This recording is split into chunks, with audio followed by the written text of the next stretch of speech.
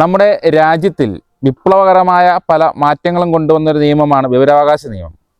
നമുക്ക് ഓരോരുത്തർക്കും ഒരു വെള്ള പേപ്പറിൽ ഒരു 10 രൂപയുടെ സ്റ്റാമ്പ് ഒട്ടിച്ചുകൊണ്ട് ഈ രാജ്യത്തെ ഗവൺമെൻറ്റുമായി ബന്ധപ്പെട്ട അല്ലെങ്കിൽ ഈ സംസ്ഥാനത്തെ ഗവൺമെൻറ്റുമായി ബന്ധപ്പെട്ട ഏതൊരു രേഖയുടെയും കോപ്പി സ്വന്തമാക്കാൻ പറ്റും എന്നുള്ളതാണ് ആ നിയമത്തിൻ്റെ ഏറ്റവും വലിയ പ്രത്യേകത. ആ ഒരു നിയമപ്രകാരം വലിയ അഴിമതികളും വളരെ വലിയ കാര്യങ്ങളെല്ലാം പുറത്ത് വന്ന കാലങ്ങൾ നമുക്കുണ്ടായിരുന്നു. എന്നാൽ കാലത്തിനനുസൃതമായി ഈ RTI നിയമം മാറിയിട്ടില്ലായിരുന്നു. നിലവിൽ സംസ്ഥാന സർക്കാരും അതുപോലെ തന്നെ കേന്ദ്ര സർക്കാരും അതിൽ വളരെ വലിയൊരു മാറ്റം കൊണ്ടുവന്നിരിക്കുകയാണ്.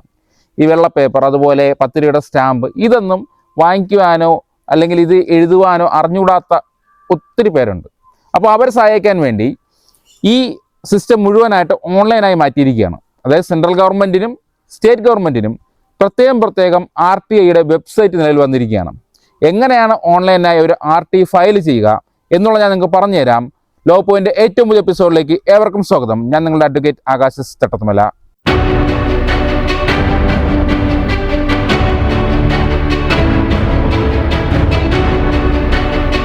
ആദ്യം നമുക്ക് നമ്മുടെ കേരള സർക്കാരിൻ്റെ ഈ RTIയുമായി ബന്ധപ്പെട്ട വെബ്സൈറ്റിൽ എങ്ങനെയാണ് ഇതിൻ്റെ ഒരു ആപ്ലിക്കേഷൻ കൊടുക്കുന്നതെന്ന് വിശദമായി നോക്കാം. അതിനാദ്യമായി നമ്മൾ സന്ദർശിക്കേണ്ട വെബ്സൈറ്റ് എന്ന് പറയുന്നത് rtiportal.kerala.gov.in എന്ന വെബ്സൈറ്റാണ്. ഗൂഗിളിൽ ജസ്റ്റ് RTI കേരള എന്ന് നമ്മൾ സെർച്ച് ചെയ്താൽ പോലും ഈ വെബ്സൈറ്റിലേക്ക് തന്നെയായിരിക്കും നമ്മൾ എത്തിപ്പെടുന്നത്. അപ്പോൾ നമ്മൾ നേരെ ഈ വെബ്സൈറ്റിൽ കയറുമ്പോൾ ഫോണിൽ കൂടെ ആണെങ്കിൽ നമുക്ക് ചെറിയൊരു ബുദ്ധിമുട്ട് ചിലപ്പോൾ സംഭവിക്കാം. അപ്പോൾ നമ്മൾ അതിന് ചെയ്യേണ്ടത് നേരെ അതിലെ ഡെസ്ക്ടോപ്പ് വെർഷൻ ആക്കുക. ഏറ്റവും നല്ലത് നമ്മുടെ ലാപ്ടോപ്പിലോ കമ്പ്യൂട്ടറിലൊക്കെ കയറുന്നതായിരിക്കും. ആ കയറുമ്പോൾ തന്നെ ഏറ്റവും മുകളിലായിട്ട് കുറച്ച് ഓപ്ഷൻസ് നമുക്ക് കാണാൻ പറ്റും. ഹോം, അതിൽ ആപ്ലിക്കേഷൻ ഹിസ്റ്ററി, ആപ്ലിക്കേഷൻ സ്റ്റാറ്റസ്, അങ്ങനെ കുറച്ച് കാര്യങ്ങൾ. അതിൻ്റെ ഏറ്റവും അവസാനമായിട്ട് ലോഗിൻ എന്ന് പറഞ്ഞൊരു ഓപ്ഷൻ കാണാം. അപ്പോൾ അതിൽ ക്ലിക്ക് ചെയ്യുക. അപ്പോൾ ആദ്യമായാണ് നമ്മൾ ഈ ഒരു വെബ്സൈറ്റിൽ കയറുന്നതെങ്കിൽ നമ്മൾ രജിസ്ട്രേഷൻ ചെയ്യേണ്ടി വരും. രജിസ്ട്രേഷൻ എന്ന് പറയുന്ന ആ ഒരു ഓപ്ഷൻ ക്ലിക്ക് ചെയ്യുമ്പോൾ അതിനകത്ത് നമ്മുടെ ഇമെയിൽ, ഫോൺ നമ്പറൊക്കെ കൊടുത്ത് നമുക്ക് നമ്മുടെ പുതിയൊരു പാസ്വേഡ് കൊടുത്തുകൊണ്ട് നമുക്കൊരു പുതിയ അക്കൗണ്ട് ക്രിയേറ്റ് ചെയ്യാൻ പറ്റും. അങ്ങനെ നമുക്കൊരു ലോഗിൻ ചെയ്യാൻ വേണ്ടി നമുക്ക് എന്ത് ചെയ്യും, ഒരു യൂസർ നെയിം പാസ്വേഡ് കിട്ടും. അത് ഉപയോഗിച്ചുകൊണ്ട് നമ്മൾ ലോഗിൻ ചെയ്യുക. ലോഗിൻ ചെയ്യുമ്പോൾ നേരെ നമ്മുടെ ഡാഷ്ബോർഡിൽ പോകും.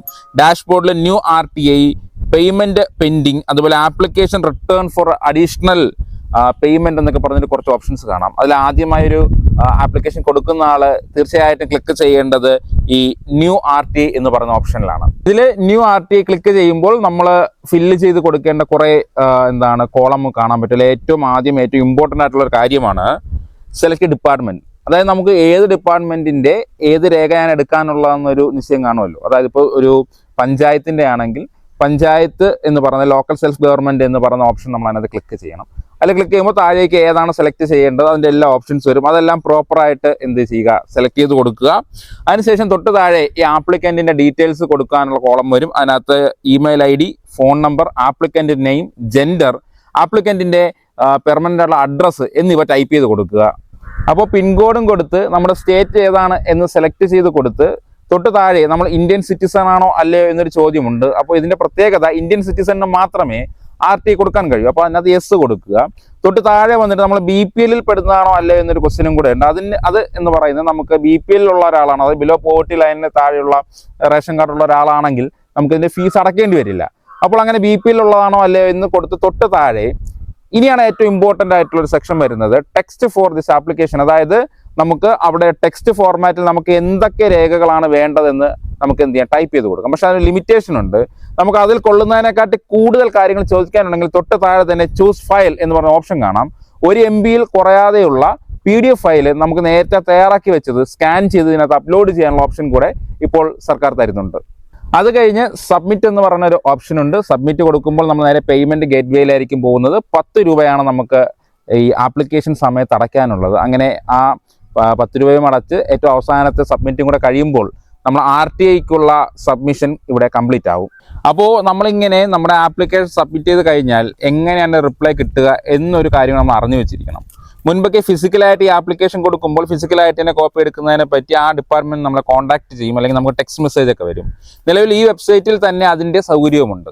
അതായത് വെബ്സൈറ്റിനകത്ത് ഡയറക്റ്റ് കയറുമ്പോൾ ആപ്ലിക്കേഷൻ സ്റ്റാറ്റസ് എന്ന് പറയുന്ന ഓപ്ഷനകത്ത് കയറുമ്പോൾ നിലവിൽ എന്താണ് നമ്മുടെ ആപ്ലിക്കേഷൻ സ്ഥിതി എന്ന് മനസ്സിലാവും. അതല്ലാതെ ലോഗിൻ ചെയ്യുമ്പോൾ നമ്മുടെ ഡാഷ്ബോർഡ് എന്ന് പറഞ്ഞ ഓപ്ഷന് തൊട്ട് താഴെയായിട്ട് RTI എന്നൊരു ഫയൽ കാണാൻ പറ്റും. അപ്പോൾ ഈ ഓപ്ഷനുകളുടെ അകത്ത് റിപ്ലൈ സ്റ്റാറ്റസ് എന്നൊരു ഓപ്ഷൻ നമുക്ക് കാണാം. അതിൽ ടച്ച് ചെയ്യുമ്പോൾ കൃത്യമായി നമ്മൾ എത്ര ആപ്ലിക്കേഷൻ കൊടുത്തിട്ടുണ്ടോ അതെല്ലാം തൊട്ടിപ്പുറ സൈഡിലായിട്ട് കാണുകയും അതിൻ്റെ ഏറ്റവും അവസാനം റിമാർക്ക് എന്ന് പറഞ്ഞൊരു ഓപ്ഷൻ കാണാം. അതിനകത്ത് നമ്മുടെ റിപ്ലൈ ഒരുങ്ങിയിട്ടുണ്ടെങ്കിൽ അതിനകത്ത് ആക്ഷൻ ടുഡേ അല്ലെങ്കിൽ ആക്ഷൻ ടേക്കൺ എന്നെല്ലാം കാണാം. ഇനി അതല്ല ഏതെങ്കിലും ഡെസ്കിലാണ് അത് ഇരിക്കുന്നതെങ്കിൽ അതിൻ്റെ വിവരങ്ങളും അതിനകത്ത് റിമാർക്കായിട്ട് അവർ കൊടുത്തിരിക്കും. ഇനി അതുപോലെ തന്നെ ഈ റിപ്ലൈ സ്റ്റാറ്റസിന് തൊട്ട് താഴെ പേയ്മെന്റ് പെൻഡിങ് എന്ന് പറഞ്ഞിട്ടൊരു ഓപ്ഷൻ കാണാൻ പറ്റും. അതായത് ചില രേഖകൾ എടുക്കുമ്പോൾ ആ രേഖകളുടെ പേജ് അനുസരിച്ച് കുറച്ചും കൂടെ എമൗണ്ട് നമ്മൾ എന്ത് ചെയ്യേണ്ടി വരും, ഓൺലൈനായിട്ട് അടയ്ക്കേണ്ടതായിട്ട് വരും. അങ്ങനെ ഈ പേയ്മെന്റ് പെൻഡിങ്ങിനകത്ത് എന്തെങ്കിലും റിമാർക്കുകൾ കിടക്കുന്നുണ്ടെങ്കിൽ നമ്മൾ അതും കൂടെ പേയ്മെന്റ് ചെയ്തതിനു ശേഷം മാത്രമേ നമുക്ക് അതിൻ്റെ കോപ്പിയുടെ PDF ആക്സസിബിൾ ആയിട്ട് കിട്ടത്തുള്ളൂ. അപ്പോൾ ഇത്തരത്തിൽ ആക്ഷൻ ടേക്കൺ ആയിട്ടുള്ള പേയ്മെന്റ് വീണ്ടും അടച്ചിട്ടുള്ള ഫയലുകൾ എങ്ങനെ ഡൗൺലോഡ് ചെയ്യാമെന്ന് ചോദിച്ചാൽ ഈ റിപ്ലൈ സ്റ്റാറ്റസിനകത്ത് തന്നെ കയറുമ്പോൾ നമ്മൾ കൊടുത്ത ആപ്ലിക്കേഷൻ ഇത്തരത്തിൽ പേയ്മെന്റ് ഒക്കെ ചെയ്ത ആ ഒരു സെക്ഷനിൽ ഒരു പച്ച നിറത്തിൽ DIS ഡിസ്പാച്ച് എന്നാണ് അതിന്റെ മീനിങ്.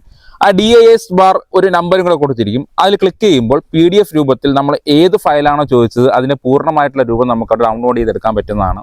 അതുപോലെ തന്നെ നമ്മൾ ചോദിച്ച ഏതൊരു ഡോക്യുമെന്റും 35 ദിവസത്തിനകം വെച്ച് തരണമെന്നാണ് RTIയുടെ നിയമം എന്ന് പറയുന്നത്. ഈ 35 ദിവസത്തിനകത്ത് കിട്ടിയില്ലെങ്കിലോ ഇനി അതല്ല നമുക്ക് കിട്ടിയ റിപ്ലൈയിൽ നമ്മൾ ചോദിച്ച എല്ലാ ഫയലുകളും ഇല്ല എങ്കിലോ നമുക്ക് ഇതേ വെബ്സൈറ്റിൽ തന്നെ അപ്പീലിന് കൂടെ പോകാൻ പറ്റും. ഇത്തരത്തിൽ അപ്പീലിന് മൂവ് ചെയ്യുമ്പോൾ ₹1 പോലും മുടക്കേണ്ടതായിട്ടില്ല എന്നുകൂടെ നമ്മൾ അറിഞ്ഞിരിക്കണം. ഏകദേശം ഇതുപോലെ തന്നെയാണ് സെൻട്രൽ ഗവൺമെന്റിന്റെ RTI വെബ്സൈറ്റും പ്രവർത്തിക്കുന്നത്.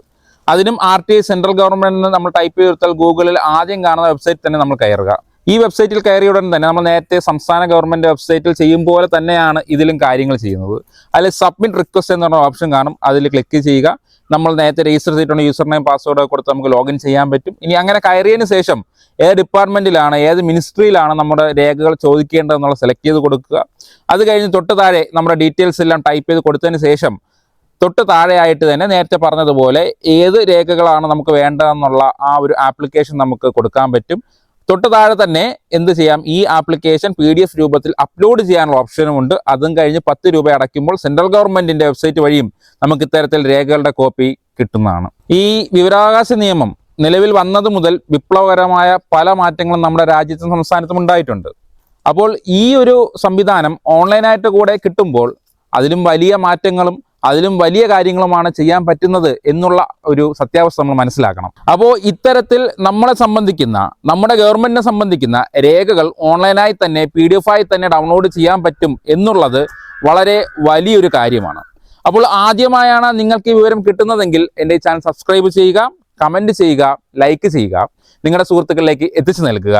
അപ്പോൾ ഇതുപോലെ നിയമപരമായിട്ടുള്ള പുതിയൊരു അറിവുമായി പുതിയ എപ്പിസോഡിൽ കണ്ടുമുട്ടാം. ഞാൻ നിങ്ങളുടെ advocate Akash Settathumala. Good bye.